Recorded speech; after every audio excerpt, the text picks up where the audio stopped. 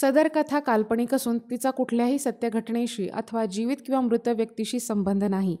ही कथा केवळ मनोरंजनाच्या उद्देशाने लिहिली गेली असून कुठल्याही प्रकारची अंधश्रद्धा पसरवण्याचा आमचा हेतू नाही. धन्यवाद.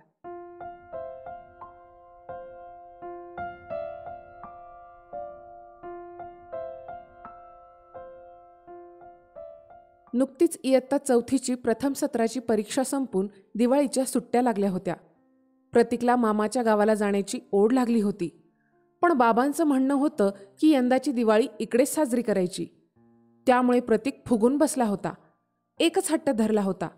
सुनीताच्या म्हणजे आईच्या मागे तगादा लावला होता. मला मामाच्या गावाला जायचं म्हणजे जायचं. अरे बाबा, आपण भाऊबीजेला जाणारच आहोत ना, असा काय उठसूट रुसून बसतो? चल बरं जेवून घे, आई म्हणाली. मला ते काही माहीत नाही आई. तू म्हटली होती दिवाळीला मामाकडे जायचं. माझे सारे मित्र मामाच्या गावी जाऊन मस्त मजा करतात आणि तुम्ही मला इथेच ठेवा. बरं जेवून तर घे ना सोन्या. रात्री तुझे बाबा आले की मी विचारते त्यांना. आता जेवतो आई, पण तू जर उद्या नाही म्हटली ना तर मी दिवसभर जेवणार नाही. प्रतीक शाळेत खूप हुशार होता. त्याच्या हुशारीचं सर्व शिक्षकांना विशेष कौतुक तर होतंच, पण जास्त कौतुक व्हायचं ते त्याच्या आवाजाचं. प्रतीकला त्याचे आजोबा अभंग, गवळणी, भारूड शिकवत असे. त्याला आठवड्यातून 2 दिवस भजनाला आणि कोजागिरीनंतर सुरू होणाऱ्या पहाटेच्या काकड्याला आजोबा घेऊन जात असे. तार सप्तकात गाणाऱ्यांच्या तालमीत प्रतीकमधला गायक घडत होता. शाळेत देखील प्रार्थना, राष्ट्रगीत म्हणायला तो पुढे असायचा.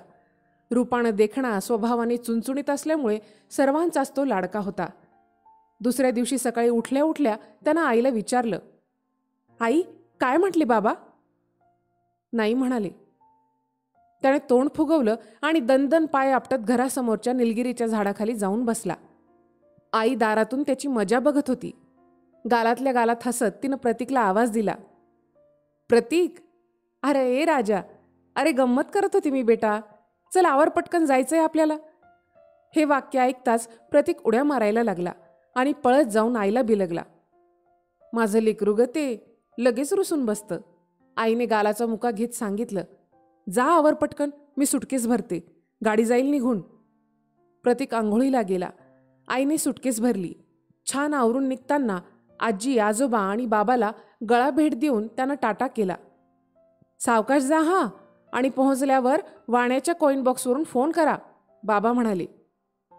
चौकात उभ्या असलेल्या एका काळी पिवळी गाडीत दोघं मायलेक बसले. गाडीत कोंबून कोंबून सीटं भरली होती.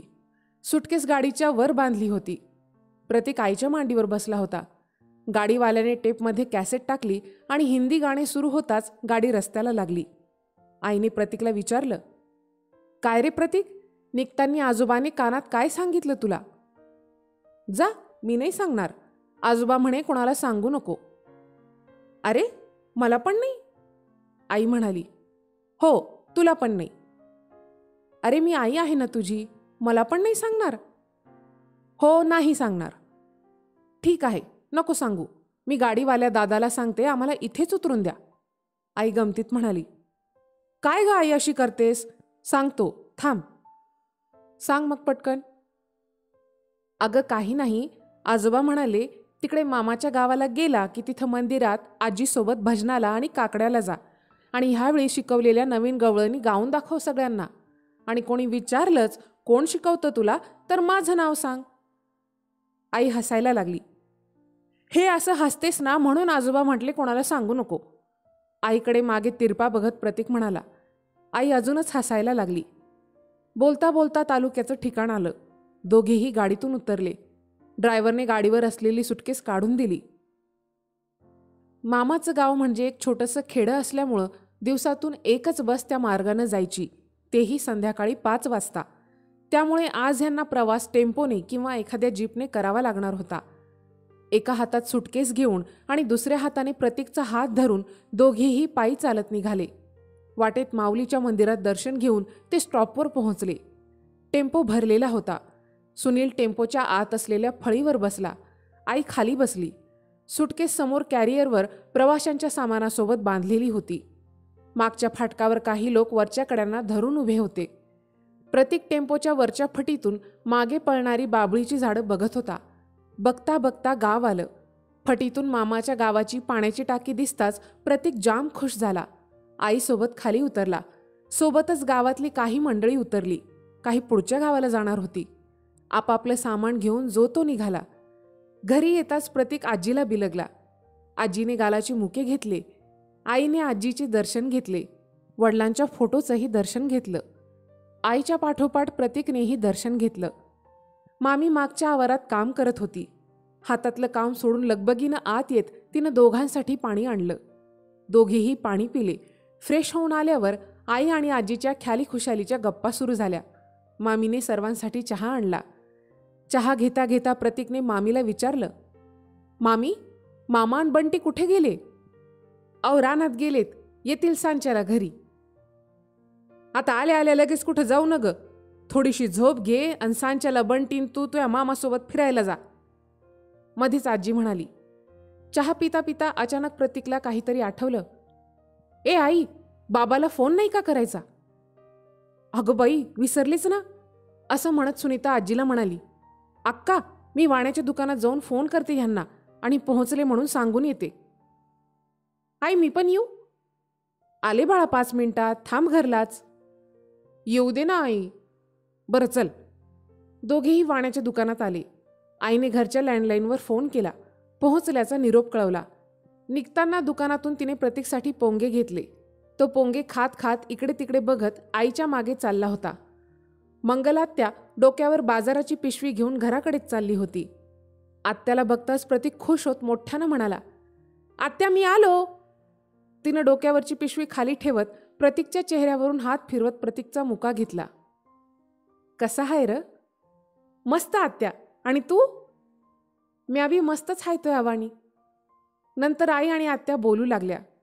बाई केव्हा आली? सासरी सगळं बरं आहे ना? लयच बारीक झाली वगैरे वगैरे. चालता चालता दोघींच्या गप्पा सुरू झाल्या. घरासमोर आल्यावर पाटलाच्या वाड्यातून आवाज आला. अरे प्रतीक, कवा आला? ये की खेळायला. गोट्या बबल्या बाळ्या सगळे हाय इथं, ये. पाटलाच्या सोन्याने त्याला आवाज दिला. आई, माझे सगळे मित्र आहेत तिथे, मी जाऊ का खेळायला? आता इतक्या उन्हाचं नाही, आजी रागावेल. बंटी आला की संध्याकाळी जा दोघीजण. जाऊ दे ना आई. प्रतीक सारखा हट्ट करायचा नाही, तुला आधीच सांगते. गुपचूप घरी चल, नाहीतर नीट आपल्या गावाला निघू. तोंड फुगवून तो घरात गेला आणि एका कोपऱ्यात जाऊन रुसून बसला. त्याचा अवसान बघून आजीने सुनीताला विचारलं, काय झालं ग ह्याला? अगं ऐकतच नाही, सारखा हट्ट. आल्यावर थोडा आराम करावा, निवांत बसावं, पण नाही, लगेच इकडे जा तिकडे जा. आजारी पडल्यावर तुझा बाप माझ्यावर ओरडेल त्याचं काय? आई चांगलीच भडकली.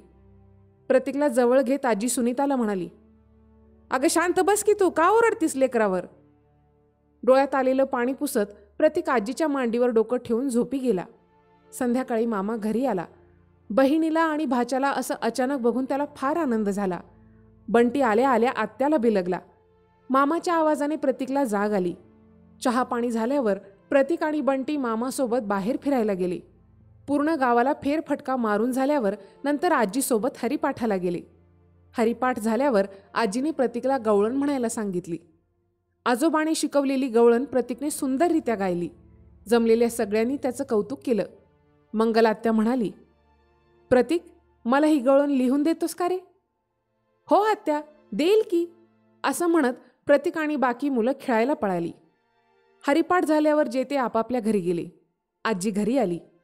अक्का एकटीच आलेली पाहून सुनीतानं विचारलं, अक्का, प्रतीक आणि बंटी कुठे आहे? गेले दोघं पण खेळायला. घरी आल्यावर पहिले प्रतीकची नजर काढ. का ग अक्का?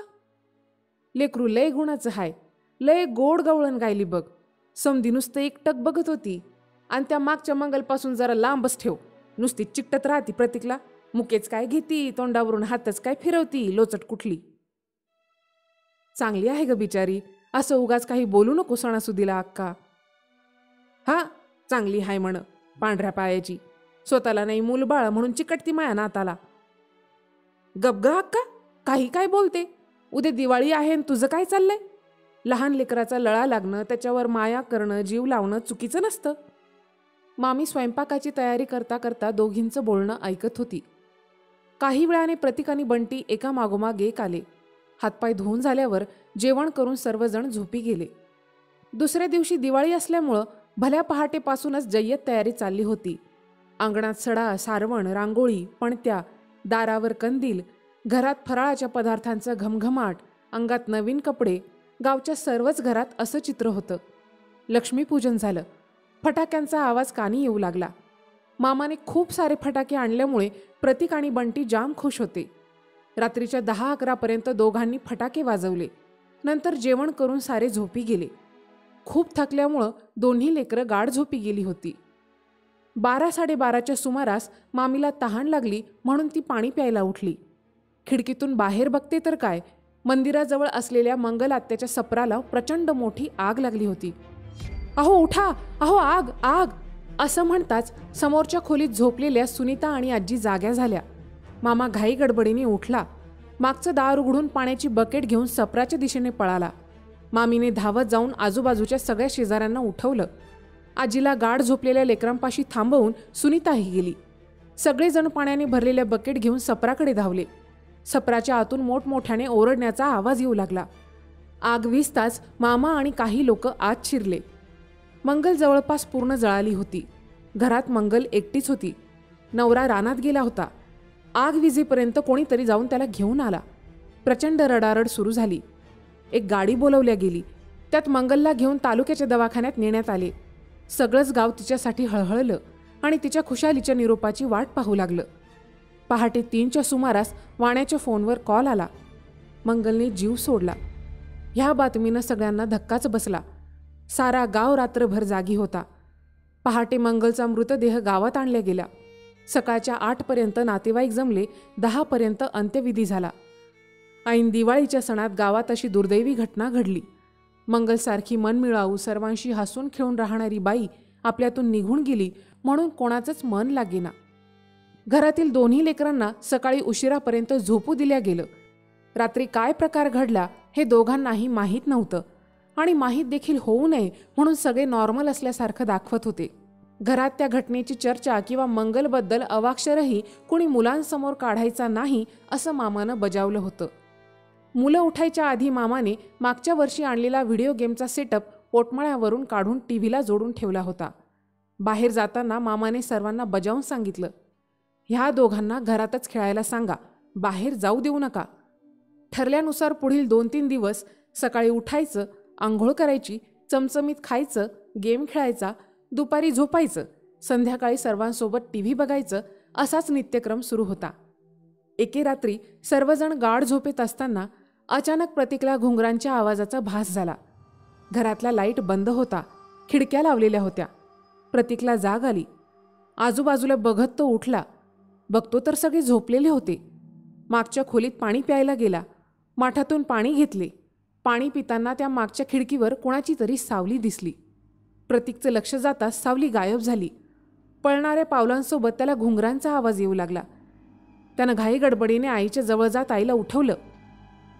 ए आई उठ ना, आई, ए आई. काय आहे रे, झोप ना. अगं मला घुंगरांचा आवाज येतोय.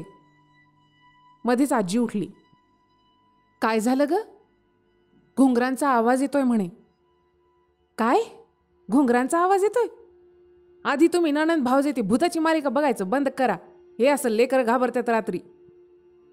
प्रतीक गुपचूप झोप बरं, काही नाही झालं, तुला भास झाला असेल असं म्हणत आई प्रतीकला कुशीत घेऊन झोपली. रात्र सरून सकाळ झाली. दोन्ही लहान लेकरांच्या विरहित घरातील मोठ्यांची दबक्या आवाजात रात्री घडलेल्या प्रकाराबद्दल चर्चा सुरू झाली.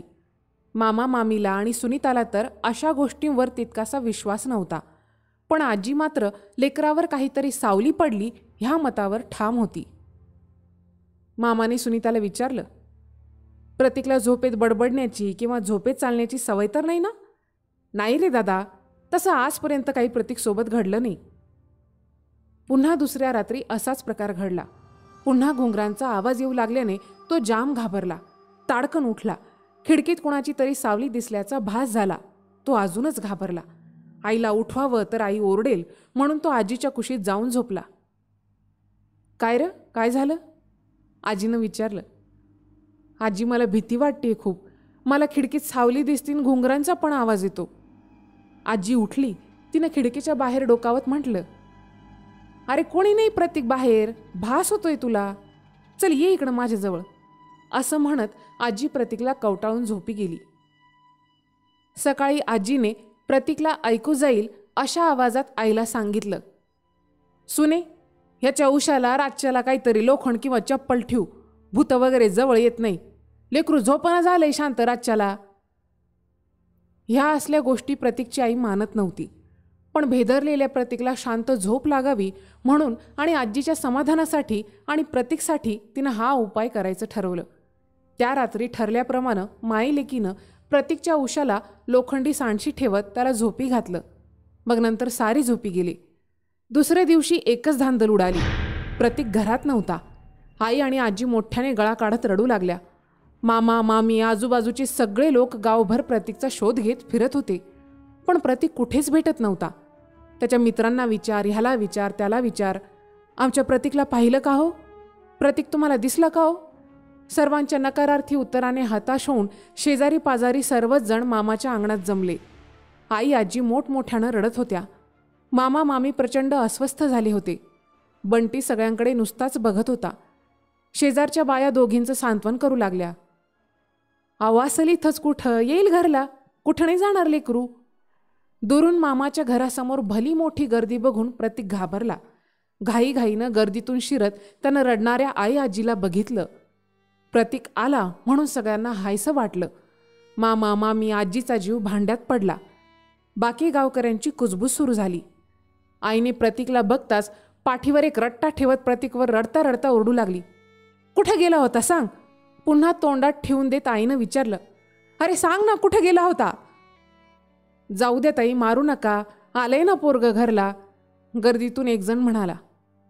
मग ह्याची काय पूजा करायची का, ह्याच्यामुळे सगळं गाव परेशान झालं.